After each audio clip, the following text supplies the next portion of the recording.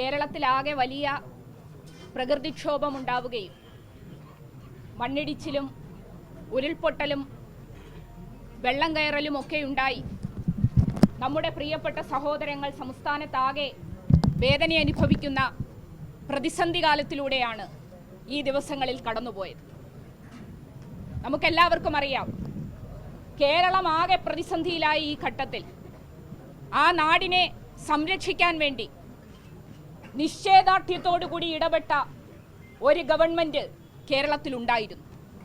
സഖാവ് പിണറായി വിജയൻ നേതൃത്വം നൽകിയ കേരളത്തിലെ 10 വർഷക്കാലത്തെ ഗവൺമെന്റ്.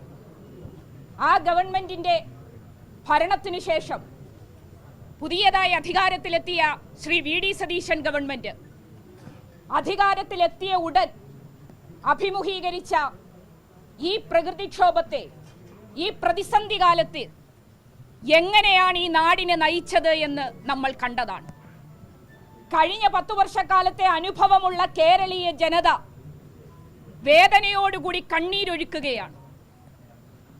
ഈ നാടിനൊരു നാഥനില്ലാതായിരിക്കുന്നു എന്ന് ഈ നാട്ടിലെ ജനങ്ങൾ പറയുകയാണ്.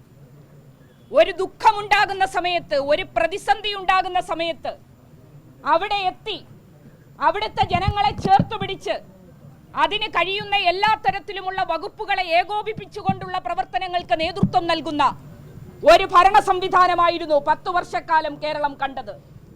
ഇപ്പോൾ നമ്മൾ കാണുന്നത് ഒരു വകുപ്പുകളുമായി ഏകോപനമില്ല. മുഖ്യമന്ത്രി തന്നെ ഈ വിഷയത്തിനകത്ത് ഇടപെടുന്നില്ല. മാധ്യമപ്രവർത്തകർ ചോദിക്കുകയാണ് മരണത്തെ സംബന്ധിച്ച്, പ്രകൃതിക്ഷോഭത്തെ സംബന്ധിച്ച്. ഉടനെ അദ്ദേഹം, മുഖ്യമന്ത്രി പറയുന്ന മറുപടിയാണ്, അതൊക്കെ എൻ്റെ ഓഫീസ് ബ്രീഫ് ചെയ്യും. ഇത്ര നിരുത്തരവാദപരമായി പ്രവർത്തിക്കുന്ന ഒരു ഗവൺമെന്റ് കേരളത്തിനകത്ത് ഇരിക്കുമ്പോൾ കേരളത്തിലെ ചെറുപ്പത്തിന് എങ്ങനെ വീടിനകത്ത് സ്വസ്ഥമായിരിക്കാൻ കഴിയും? നമ്മുടെ ജില്ലയിലെ ഒരു പ്രിയപ്പെട്ട സഹോദരനെ കാണാതായിട്ട് ഇന്ന് ദിവസങ്ങൾ കഴിഞ്ഞിരിക്കുകയാണ്. ഇന്നലെ മാധ്യമങ്ങളിലൂടെ ഒരമ്മ പൊട്ടിക്കരയുന്നത് കണ്ട് ഹൃദയം തകർന്നു പോകാത്ത ഒരു മനുഷ്യനും ഉണ്ടാകില്ല. എന്റെ മകൻ എവിടെ? ആ മനുഷ്യജീവന് വിലയില്ലേ? എന്റെ മകനെ കുറിച്ചൊന്ന് അന്വേഷിക്കാൻ, ഒന്ന് പോയി തിരയാൻ ഈ സർക്കാർ സംവിധാനം തയ്യാറായോ? എത്ര ന്യായമായ ആവശ്യമാണ് ആ അമ്മ ചോദിച്ചത്. അപ്പൊ പറഞ്ഞ മറുപടി, തിരയാൻ വേണ്ടി നിങ്ങൾ ആരും ഇവിടെ പരാതി നൽകിയില്ലല്ലോ, അങ്ങനെ ഒരു ഡിമാൻഡ് വന്നില്ലല്ലോ എന്നാണ്. എന്താണ് ഒരു ഭരണകൂടം? ഒരു ഭരണകൂടം എന്ന് പറയുന്നത് മനുഷ്യന്റെ ജീവനും സ്വത്തിനും സംരക്ഷണം നൽകേണ്ടതാണ്. അങ്ങനെ ഒരു സംരക്ഷണം നൽകാൻ വി.ഡി. സതീശൻ ഗവൺമെന്റ് അമ്പേ പരാജയപ്പെട്ടിരിക്കുന്നു. അദ്ദേഹം ആകെ സംരക്ഷണം നൽകുന്നത് അദ്ദേഹത്തിന്റെ കുടുംബത്തിന് മാത്രമാണ്. നോക്കൂ, കേരളത്തിലെ മുഖ്യമന്ത്രിയുടെയും ഗവൺമെന്റിന്റെയും എല്ലാം കഴിഞ്ഞകാല പ്രവർത്തനവും ഈ കാലഘട്ടത്തിലെ പ്രവർത്തനവും പരിശോധിച്ചു നോക്കണം. പോലീസ് വാടകയ്ക്കെടുത്തിട്ടിരിക്കുന്ന ഹെലികോപ്റ്റർ പിണറായി വിജയൻ സർക്കാരിന്റെ കാലത്ത് പറന്നുയർന്നത്, പറന്നു താഴ്ന്നത് അവയവങ്ങളുമായിട്ടായിരുന്നു. ഹൃദയവും മറ്റവയവങ്ങളുമായി അവയവദാനത്തിന് വേണ്ടി അവശ്യഘട്ടങ്ങളിൽ ആ ഹെലികോപ്റ്റർ ഉപയോഗിച്ചു. കേരളം കണ്ടു, മാധ്യമങ്ങൾ ലൈവായി റിപ്പോർട്ട് ചെയ്തു. ഹെലികോപ്റ്റർ അവയവങ്ങളുമായി പറന്നുയരുന്നു, പുതുജീവൻ നൽകുന്നു മനുഷ്യർക്ക്.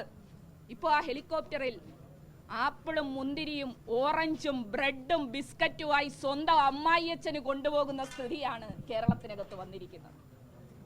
ഇതാണ് സഖാവ് പിണറായി വിജയൻ ഗവൺമെന്റും വി.ഡി. സതീശൻ ഗവൺമെന്റും തമ്മിലുള്ള വ്യത്യാസം. ഇത് ഈ നാട് തിരിച്ചറിയുന്നു.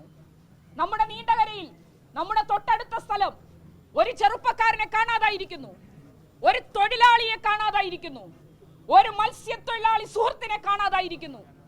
പ്രിയപ്പെട്ടവരെ, ഈ നാടിന് പ്രളയമുണ്ടായപ്പോൾ തിരിച്ചൊന്നും കിട്ടുമെന്ന് പ്രതീക്ഷിച്ചിട്ടല്ല, സ്വന്തം ജീവനോപാധിയായിട്ടുള്ള വള്ളവും എടുത്തുകൊണ്ട് മനുഷ്യനെ രക്ഷിക്കാൻ പോയവരാണ് കൊല്ലത്തെ മത്സ്യത്തൊഴിലാളികൾ. ആ മത്സ്യത്തൊഴിലാളികളുടെ പ്രതിനിധിയാണ് ഇന്ന് കാണാതായിരിക്കുന്ന നമ്മുടെ പ്രിയപ്പെട്ട സഹോദരൻ. ആ മത്സ്യത്തൊഴിലാളിയുടെ അമ്മയാണ് ഇന്നലെ അവിടെ വന്നിരുന്ന് പൊട്ടിക്കരഞ്ഞത്. ആ അമ്മയുടെ കണ്ണുനീരിന് വിലയുണ്ട്. ആ അമ്മയുടെ കണ്ണുനീരിന്റെ പ്രതിഷേധം എന്ന നിലയിലാണ് ഡിവൈഎഫ്ഐ ഇന്ന് ഈ സമരം നടത്തിയത്. ഇവിടെ സൂചിപ്പിച്ചല്ലോ, ഞങ്ങളുടെ സമരത്തെ തടയാൻ വി.ഡി. സതീശന്റെ, രമേശ് ചെന്നിത്തലയുടെ പോലീസ് നിന്നത് അങ്ങ് ദൂരെയാണ്. അങ്ങ് 10-200 മീറ്റർ ദൂരെ നിന്ന് ബാരിക്കേഡ് വെച്ച് എല്ലാ സന്നാഹത്തോടും കൂടി എന്തോ വലിയ തീവ്രവാദികൾ വരുന്ന നിലയിലാണ്. കയ്യിൽ നിരായുധരായി വന്ന ഞങ്ങൾ ഡിവൈഎഫ്ഐ പ്രവർത്തകരെ തടയാൻ വി.ഡി. സതീശന്റെയും ചെന്നിത്തലയുടെയും പോലീസ് നിന്നത്.